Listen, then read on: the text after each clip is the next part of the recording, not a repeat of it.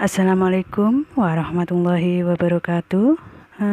Teman-teman semuanya, jadi hari ini kita bertemu kembali di kuliah kita Iklim Mikro, yang sebetulnya dijadwalkan kita bisa tatap muka, namun sayang sekali karena kondisi cuaca ya, saya juga berpikir bahwa akan lebih aman kalau kita kuliah daring aja, karena memang kita punya pilihan untuk bisa kuliah daring. Memang teman-teman, fenomena belakangan ini ya, ada beberapa kejadian bencana alam ya yang terkait dengan hidrologi di beberapa wilayah di Indonesia. Salah satunya adalah yang mungkin kemarin baru saja terjadi adalah banjir bandang di Kota Batu. Nah, hal itu sebenarnya bisa terjadi sangat erat kaitannya dengan iklim mikro dan faktor penggunaan lahan yang memang tidak memenuhi kaidah konservasi. Jadi kalau teman-teman ke Batu lewat jalur Pacet ya, kalau keluar dari Taman Hutan Raya Ersorejo itu pasti akan melihat teman-teman itu hamparan lahan pertanian, lahan budidaya tanaman kubis dan kentang rata-rata di sana, yang dan wortel gitu, yang benar-benar terbuka gitu ya, hanya ditanami itu saja. Kalau jeda musim tanam ya pasti terbuka, pasti itu. Dan awal-awal musim tanam itu adalah sangat riskan terhadap erosi, dan itu sebetulnya adalah salah satu yang menyumbang kenapa air tidak banyak masuk ke dalam tanah dan lebih banyak mengalir ke permukaan tanah, kemudian masuk ke zona perairan, dan itu memenuhi sungai-sungai yang ada di Kota Batu sehingga terjadi banjir bandang. Tentu hal itu adalah sesuatu yang pernah diprediksi sebelumnya bahwa akan terjadi bencana yang diakibatkan oleh kesalahan manusia ya. Sebetulnya itu adalah banyak sekali faktor manusianya di sana, karena banyak sekali ekologi yang diganggu gitu, ekosistem yang diganggu. Jadi kalau ekosistemnya sudah diganggu seperti itu ya, mau tidak mau alam pasti akan memberontak dengan cara seperti itu, teman-teman. Baik, kita akan membahas hari ini adalah tentang agroforestry, yang sebetulnya ini adalah sebuah penggunaan lahan yang ideal yang bisa diterapkan di daerah-daerah yang marginal, baik itu karena kelerengannya yang terlalu terjal gitu, atau karena tidak kontinunya perekonomian dari petani. Nah, sebetulnya mungkin banyak teman yang kenal agroforestry, tapi coba kita refresh terlebih dahulu. Apa itu agroforestry? Agroforestry adalah integrasi atau perpaduan yang disengaja antara pohon dan jenis semak ya ke dalam sistem pertanian tanaman dan hewan untuk menciptakan manfaat ekologi, ekonomi dan sosial. Jadi ekologi lingkungan ini. Jadi ini definisi yang dibuat oleh USDA, United States Department of Agriculture. Jadi kayak Kementerian Pertaniannya Amerika membuat definisi ini, tapi ini dipakai di seluruh dunia ya. Nah, jadi ada beberapa hal penting yang harus digarisbawahi di sana adalah integrasi disengaja ya, perpaduan antara pohon dan semak. Tapi semak ini dalam artian luas, tidak berarti semak-semak rumput gitu ya, tetapi jenis tumbuhan yang ketinggiannya menyerupai semak. Nah, biasanya perpaduan ini adalah jenis-jenis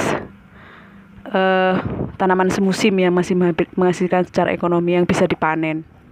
Selain itu ada beberapa kata kunci, salah satunya adalah manfaat lingkungan, ekonomi, dan sosial gitu ya bagi petani. Nah, di Indonesia sendiri agroforestry ini sering disebut sebagai wanatani, yang berarti menanam pepohonan di lahan pertanian. Jadi arti sederhananya adalah menanam pepohonan di lahan pertanian. Loh, kok iso lahan pertanian ditanami pepohonan? Bisa. Jadi memang itu disengaja ditanami dua jenis itu, pepohonan dalam artian tanaman tahunan bersama-sama dengan tanaman pertanian yang sifatnya semusim, bahkan makanan ternak yang ditanam di bawah pohon ini. Dan itu diharapkan bisa berkelanjutan baik secara ekologi, sosial maupun ekonomi. Jadi bisa bermanfaat secara ekologi. Kenapa? Karena itu tadi, kalau ini adalah salah satu penggunaan lahan yang sangat memenuhi, yang ideal untuk kaidah konservasi, tapi juga masih bisa memenuhi pendapatan petani. Selain itu juga sosial dalam artian bisa diterima. Jadi bukan sesuatu yang ditolak gitu ya. Nah, kenapa ekologi ini penting? Nanti kita akan membahas kenapa dia secara ekologi agroforestry ini sangat baik gitu ya.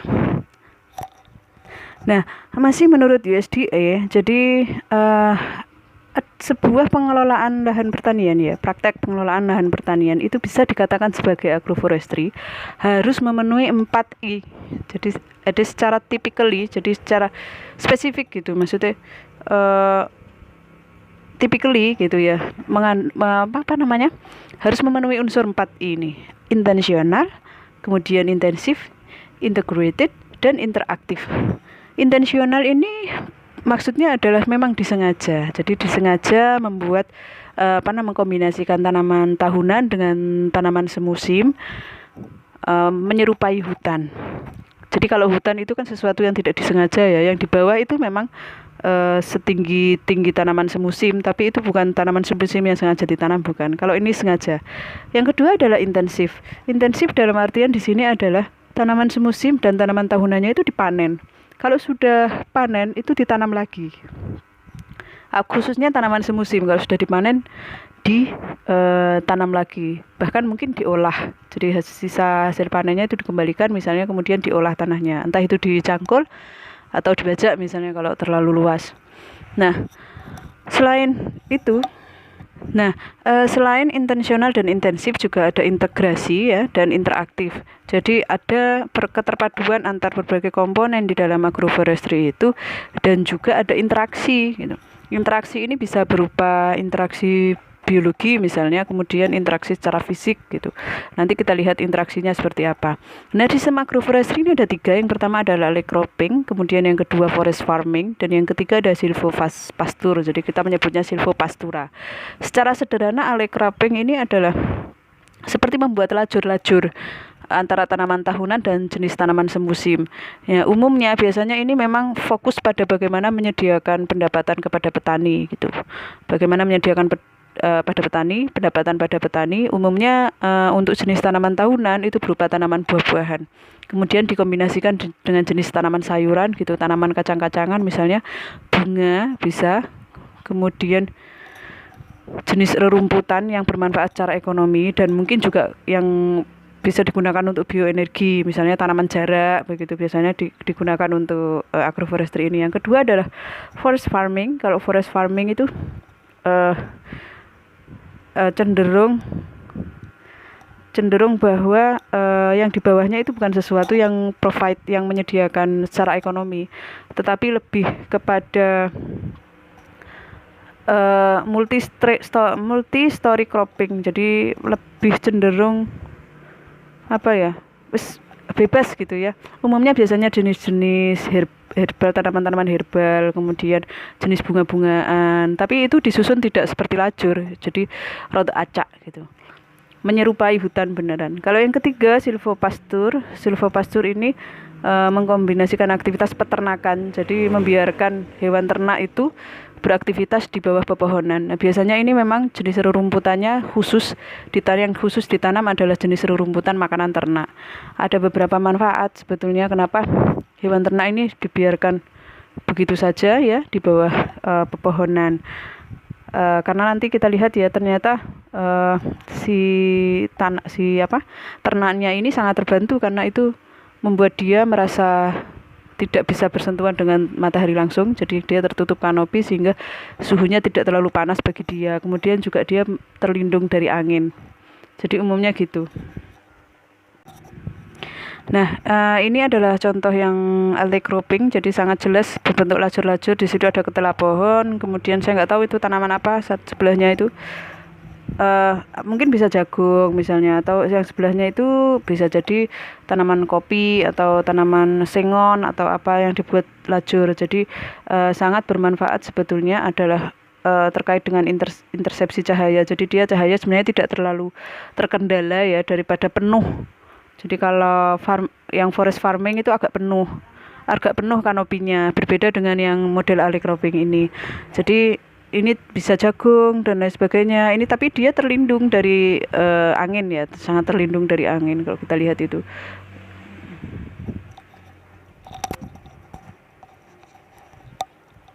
Nah, selain alley cropping sebenarnya kita juga ada opsi yang lainnya adalah forest farming. Opsi lainnya adalah forest farming ini. Jadi kalau forest farming itu memang atasnya kanopinya cenderung lebih rapat, tapi tanaman yang ditanam di bawahnya itu benar-benar yang tahan sekali terhadap eh, naungan. Untuk jenis tanaman yang bisa ditanam di bawah itu banyak macam-macam ya. Khususnya biasanya herbal yang tidak terlalu motivasi ekonomi lah petaninya. Kemudian yang ketiga ada Silvopastura ya. Ini kita lihat ada beberapa jenis sapi sepertinya itu dibiarkan begitu saja di bawah pepohonan. Yang rumputnya itu sebetulnya sengaja ditanam untuk pakan mereka. Nah, seperti yang saya sebutkan tadi, ini bermanfaat untuk mereka bisa mencegah stres bagi mereka karena cuaca panas dan karena angin. Nah, seperti yang saya bilang tadi ya, yang saya sampaikan kepada teman-teman tadi bahwa agroforestry ini adalah ideal bagi aktivitas konservasi. Yang pertama adalah karena dia mampu meningkatkan masukan unsur hara. Jadi berbeda dengan yang monokultur ya. Monokultur itu ya tanamannya itu saja. Kemudian kalaupun sisa panennya dikembalikan ya unsur haranya itu saja. Kebutuhan haranya itu saja. Berbeda kalau beberapa jenis seperti ini. Jadi ini seperti tumpang sari, tetapi berbeda dengan tumpang sari karena ini kombinasi antara jenis pepohonan dengan tanaman semusim.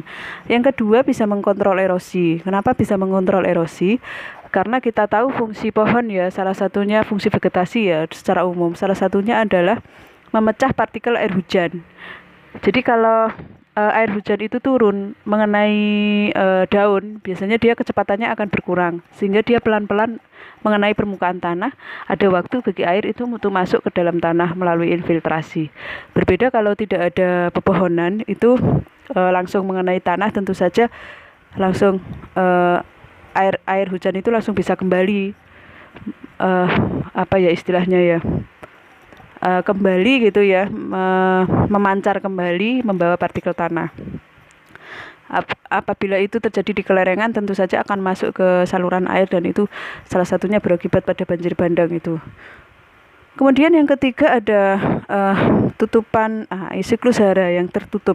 Jadi kalau petani mengembalikan sisa panennya kembali ke lahan kemudian diolah ditanami lagi, maka unsur hara yang keluar dari sistem itu akan berkurang.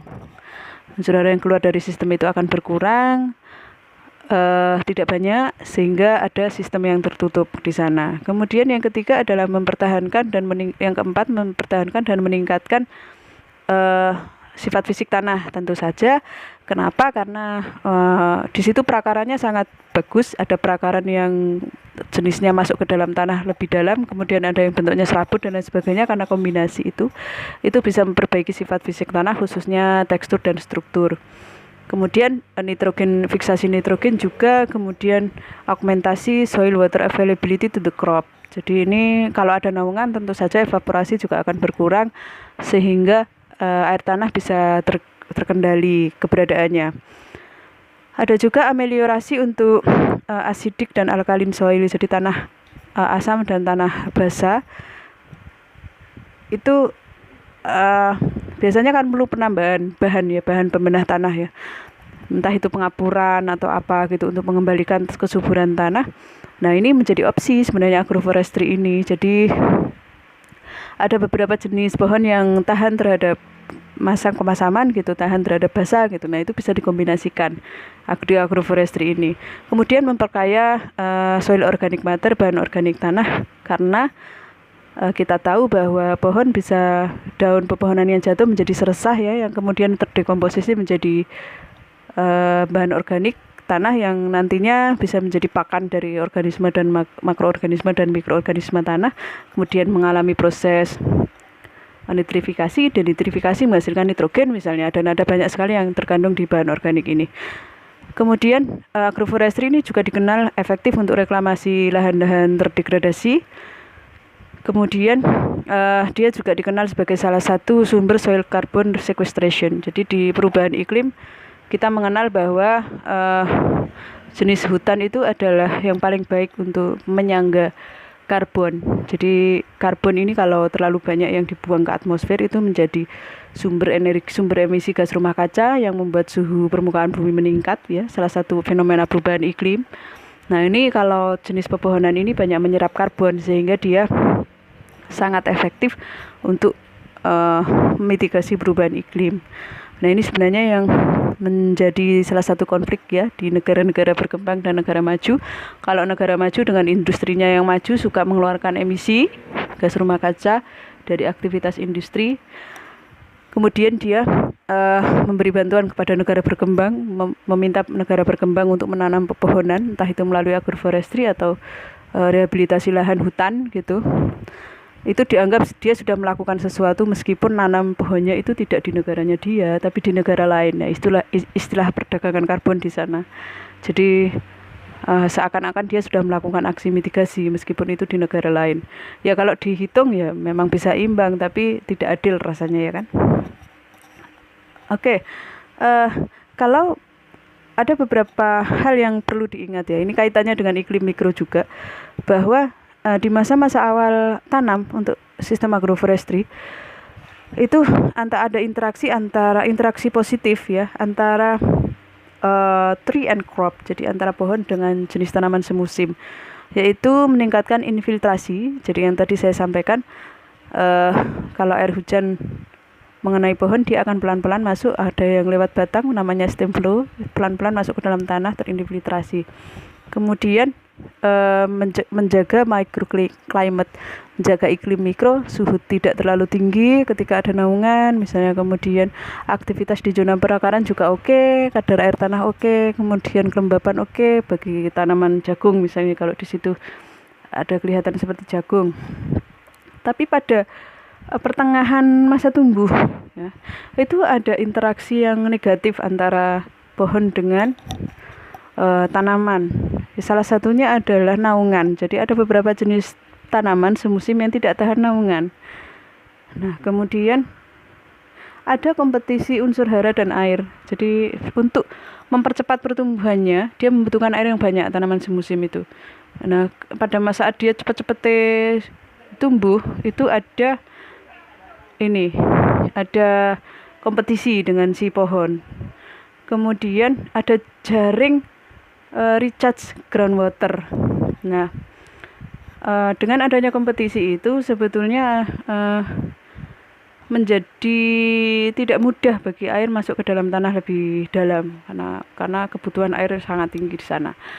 Nah, tetapi pada akhir-akhirnya menjelang panen itu ada interaksi positif ya antara tanaman tahunan dengan tanaman semusim, khususnya adalah redistribusi hidrolik. Ini terkait dengan ini ya, air tanah, kemudian mempertahankan kelembapan tanah di permukaan. Jadi meskipun tidak terlalu banyak membutuhkan air misalnya, tetapi naungan mampu mengurangi evaporasi sehingga kelembapan tanah khususnya di permukaan topsoil ya, di tanah-tanah permukaan itu menjadi terjaga.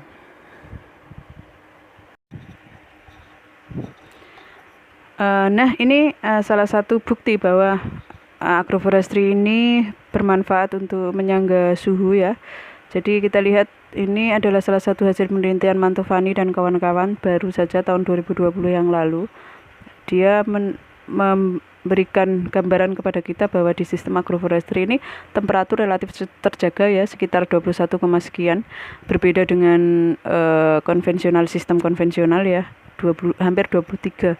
Meskipun kelihatannya antara 21 ke 23 itu terasa banget sebetulnya untuk suhu. Nah, ini memang ya di agroforestry ini punya potensi yang cukup bagus ya untuk menyangga iklim mikro di bawah kanopi. Jadi khususnya adalah mereduksi kecepatan angin, mengurangi kecepatan angin, kemudian meningkatkan suhu minimum pada rerumputan dan mengurangi suhu tanah. Seperti itu. Nah, selain suhu sebetulnya juga angin juga sangat mempengaruhi ya. Tadi saya sudah ceritakan bahwa untuk angin ini manfaatnya salah satunya adalah ya tahu sendiri kan. Kadang-kadang kalau tanaman yang terkena angin, bahkan padi aja yang kena angin mesti roboh gitu. Ada saatnya dia dibutuhkan untuk penyerbukan, tetapi ketika kecepatannya terlalu tinggi juga bisa merusak batang. Nah, selain itu juga kelembapan udara terjaga karena memang proses evaporasi juga menjadi minimum ketika lahan tersebut berada di bawah kanopi, mestinya ada kanopi. Nah, itu yang bisa saya sampaikan ya terkait dengan iklim mikro pada lahan agroforestry. Nah, teman-teman bisa mengembangkan input teman-teman ini, bagaimana supaya agroforestry ini bisa dipelajari lebih banyak oleh teman-teman. Setelah ini mungkin tidak kuis ya, tapi di sela-sela. Jadi video ini nanti akan saya upload di @puzzle, sehingga teman-teman nanti mau tidak mau harus mengisi kuis di tengah-tengah video. Jadi itu saja yang bisa saya sampaikan. Mudah-mudahan kita bisa minggu depan bisa bertemu di perkuliahan tatap muka. Terima kasih atas partisipasi teman-teman. Sampai bertemu ya.